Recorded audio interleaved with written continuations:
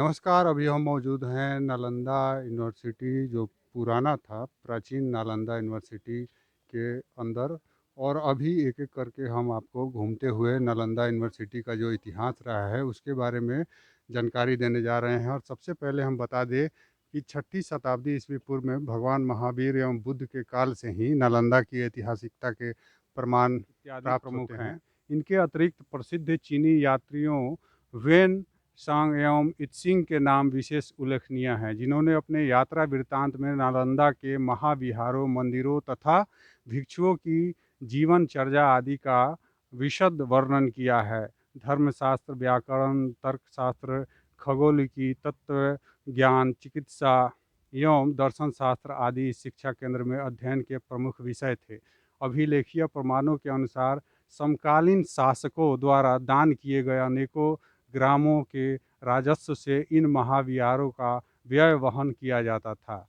प्राचीन युग के एक महानतम विश्वविद्यालय के रूप में प्रतिष्ठित नालंदा महाविहार की स्थापना गुप्त सम्राट कुमारगुप्त प्रथम 413 से 455 ईस्वी द्वारा की गई थी। कनौज नरेश हर्षवर्धन 606 से 647 ईस्वी व पूर्वी भारत के पाल शासकों 8वीं-12वीं शती के समय में भी महाविहारों को राज प्रश्रय अनवरत प्राप्त होता रहा। यद्यपि इस महान शिक्षा संस्थान का क्रमिक ह्रास प्रवृत्ति पाल शासकों के समय से ही प्रारंभ हो चुका था, किंतु लगभग 1200 ईस्वी में बख्तियार खिलजी के आक्रमण के परिणाम स्वरूप नालंदा की कीर्ति पूर्णतः धरती के गर्भ में समा गई। किंतु लगभग 1200 ईस्वी में बख्तियार खिलजी के आक्रमण के परिणाम स्वरूप नालंदा की कीर्ति पूर्णतः धरती के गर्भ में समा गई।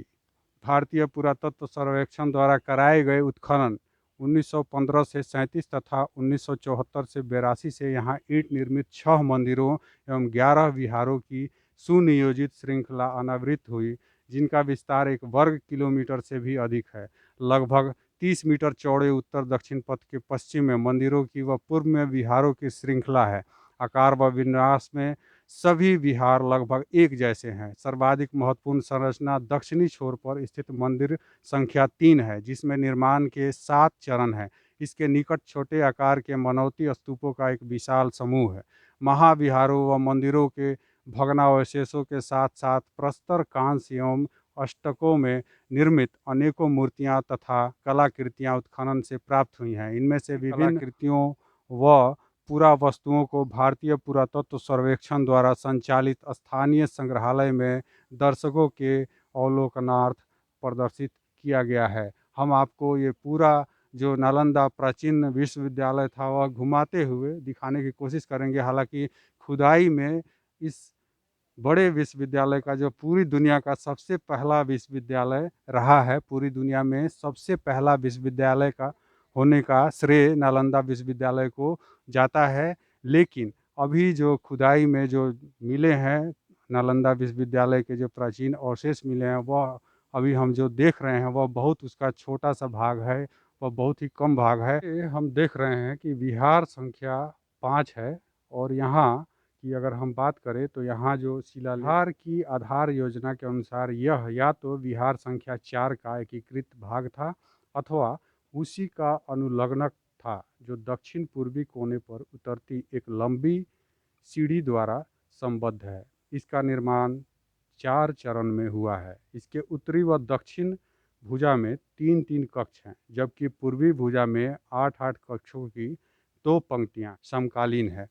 हम इन शिलालेखों पर जो बातें बताई गई है और इसके इतिहास में जब जाते हैं तो ऐसा लगता है कि नालंदा विश्वविद्यालय जो है कई कालखंडों में धीरे धीरे करके बना था। और इसके बारे में अगर हम बात करें तो मुख्य रूप से कुमारगुप्त का नाम आता है। कुमारगुप्त ने नालंदा विश्वविद्यालय की आधारशिला रखी थी।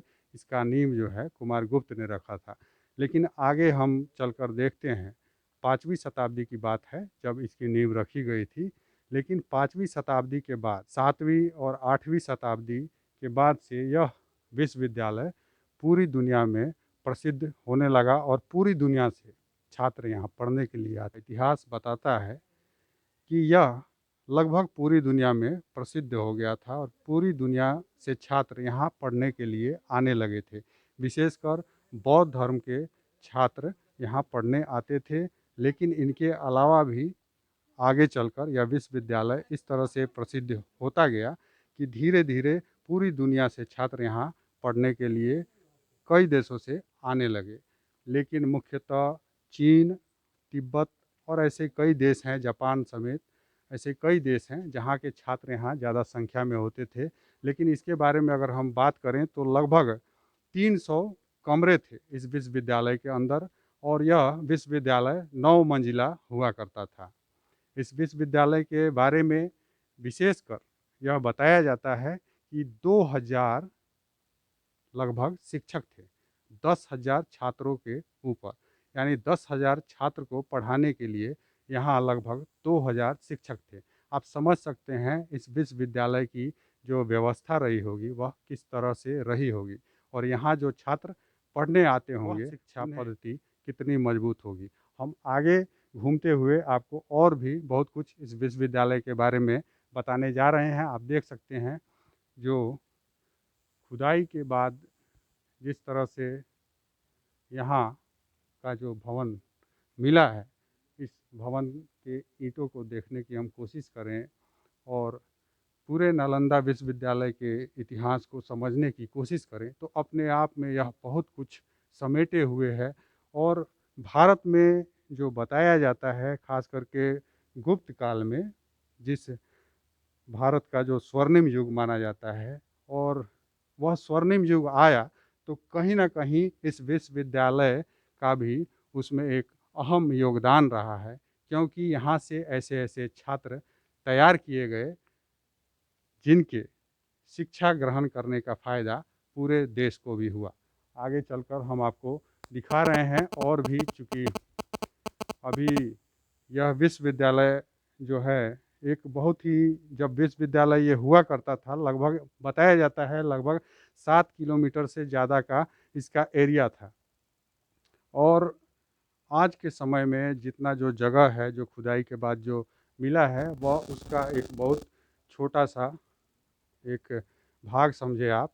लेकिन पूरे विश्वविद्यालय का जो इतिहास है वह समझने के लिए और इस जगह को देखते हुए और इस जगह की जो भव्यता है उसको समझते हुए अगर हम कोशिश करते हैं पूरे विश्वविद्यालय के इतिहास को जानने का, तो हमें वास्तव में यह मालूम पड़ जाता है कि अगर पूरे दुनिया का विश्वविद्यालय भारत में यह बना था, और अगर इसे खिलजी ने तोड़वाना जायज़ समझा तो उसके पीछे का जो मूल कारण रहा होगा वह क्या रहा होगा, आप देखते रहिए। ये सामने जो हम देख रहे हैं ये गौतम बुद्ध के सबसे प्रिय शिष्य जो यहीं राजगीर से हुआ करते थे, सारीपुत्र। सारीपुत्र का ये यहाँ आप जो देख रहे हैं बौद्ध स्तूप, यहीं पे सारीपुत्र, और इनके अलावा यहाँ आप देखें जो छोटे छोटे स्तूप के तरह जो दिख रहे हैं वे यहाँ जो शिक्षक हुआ करते थे और जो छात्र थे उनके स्तूप बनाए गए थे। ये एक तरह से जो उनके अवशेष थे यहाँ पे उन्हें रखा गया था। और इस तरह से हम पूरे प्राचीन नालंदा यूनिवर्सिटी की जब हम बात करते हैं तो पूरे दुनिया में यहाँ के शिक्षक और छात्र की जो योग्यता थी दोनों जानी जाती थी, पूरे दुनिया में उनका एक अलग महत्व था। इस तरह से हम अगर पूरे नालंदा यूनिवर्सिटी जो प्राचीन था उसको अगर दिखाने की कोशिश करें तो आज के समय में उसका एक अवशेष है, यह दिखा पाना भी हमारे लिए संभव नहीं है। लेकिन अगर पूरा नालंदा विश्वविद्यालय जो प्राचीन था वह होता तो आप समझ सकते हैं कि उसके बारे में बताने के लिए हमें कितना समय देना होता। इस विश्वविद्यालय के बारे में बात करें तो लगभग 10 किलोमीटर के एरिया में, 11 किलोमीटर के एरिया में फैला इस विश्वविद्यालय के लगभग 4 गेट हुआ करते थे, और 4 गेट से लोग जो छात्र थे, शिक्षक थे, वो यहाँ आया करते थे। और आज के समय में जो खुदाई हुई तो खुदाई के बाद जो है कोई एक गेट भी प्राप्त नहीं किया जा सका, इसके बाद आप देख सकते हैं जो मुख्य गेट है उसको एक आकृति दे के और बनाकर ये कोशिश की गई है लोगों को बताने की, दिखाने की कि जो नालंदा विश्वविद्यालय होगा वह लगभग कैसा होगा। यह अवशेष के रूप में ही सही, लेकिन भारत के उस इतिहास का गवाह है जिसके बदौलत भारत को कभी पूरी दुनिया में विश्व गुरु माना जाता था। आप देखते रहिए भोला भाई लाइव। नमस्कार।